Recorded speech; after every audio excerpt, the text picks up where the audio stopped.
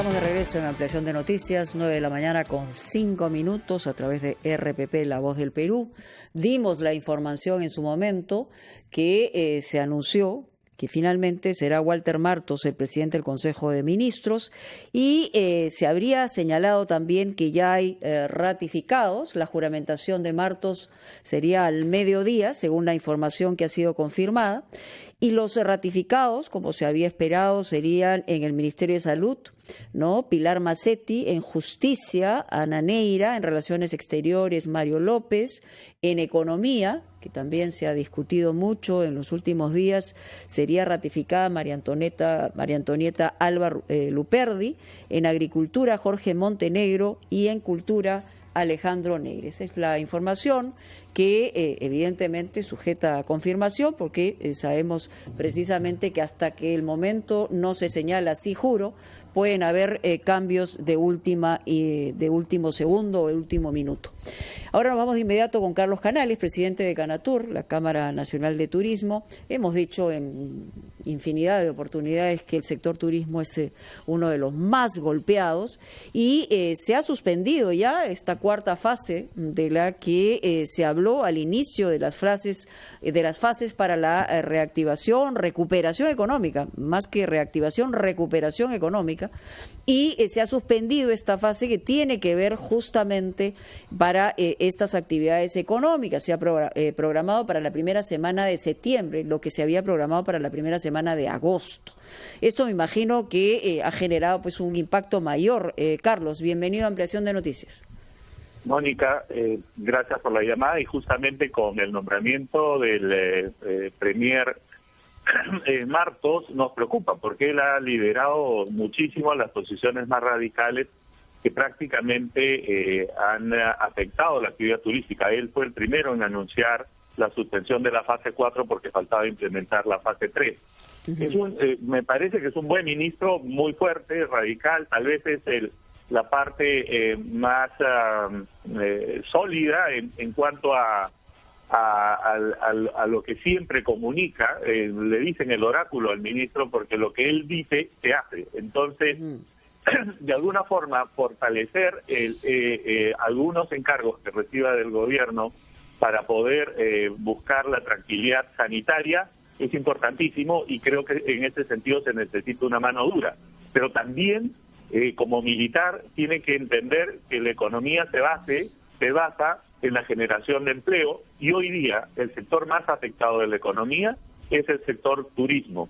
También es importante señalar que él tiene que tener esa mano fuerte que tiene como militar, va a tener que graduarla para poder llevar una excelente relación con el Congreso, porque es hora de unirnos y no de estar distanciados. Claro, pero tenemos claro que, por ejemplo, efectivamente se han vuelto a restringir los viajes interprovinciales. Esto también tiene que ver con el sector. Hay una, digamos, apertura a la mitad o a medias en el caso de algunos restaurantes. Los viajes internacionales, por supuesto, se miran hasta probablemente a fin de año o a principios del próximo año. Y la situación de alarma que tenemos en el Perú es una situación sanitaria. O sea, ¿cómo combinar estas dos cosas para que efectivamente podamos tener una solución, no solamente en este sector, sino lo que deriva de este sector, ¿no?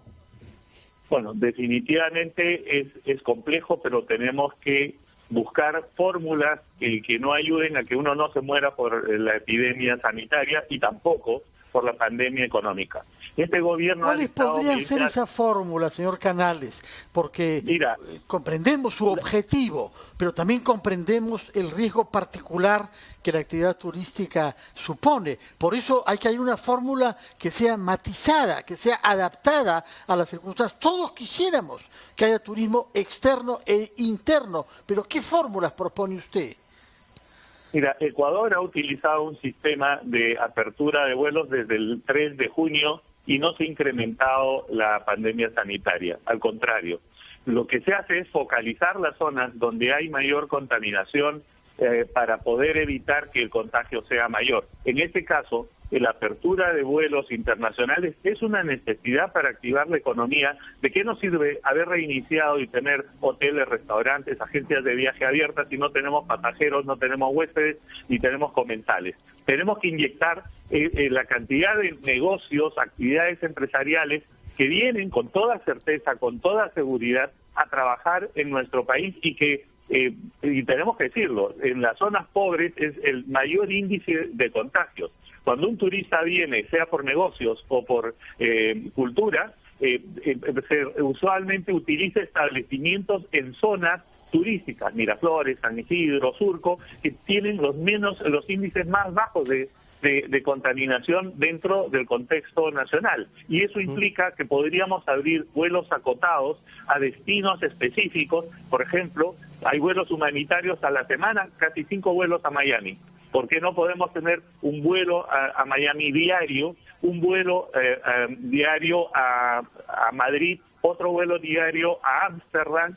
De la región posiblemente sea Panamá el que está abriendo con mayor rapidez y por decir Brasil o Uruguay o Argentina o Colombia cuando abran sus aeropuertos el 1 de septiembre.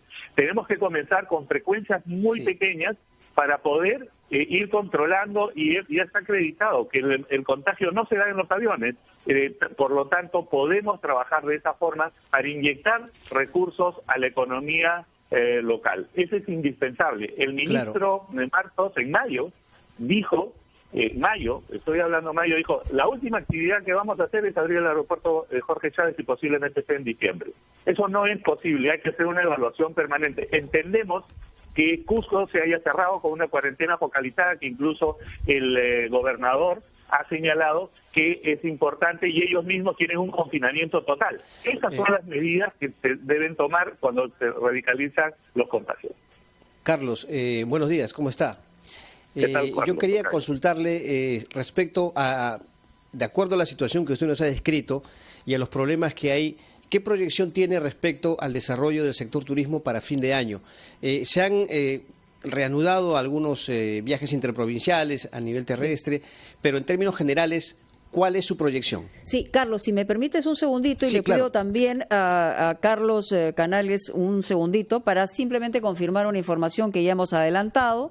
Ya desde Palacio de Gobierno señalan que la juramentación jueves 6 de agosto será a las 11 de la mañana, no a las 12, ¿no? Y la tomará, por supuesto, el presidente de la República, va a ser en el Salón Dorado. Finalizada la juramentación, señala, del nuevo gabinete, el mandatario entrará en sesión de Consejo de Ministros porque se señala pues que evidentemente no hay tiempo que perder. Por favor, adelante.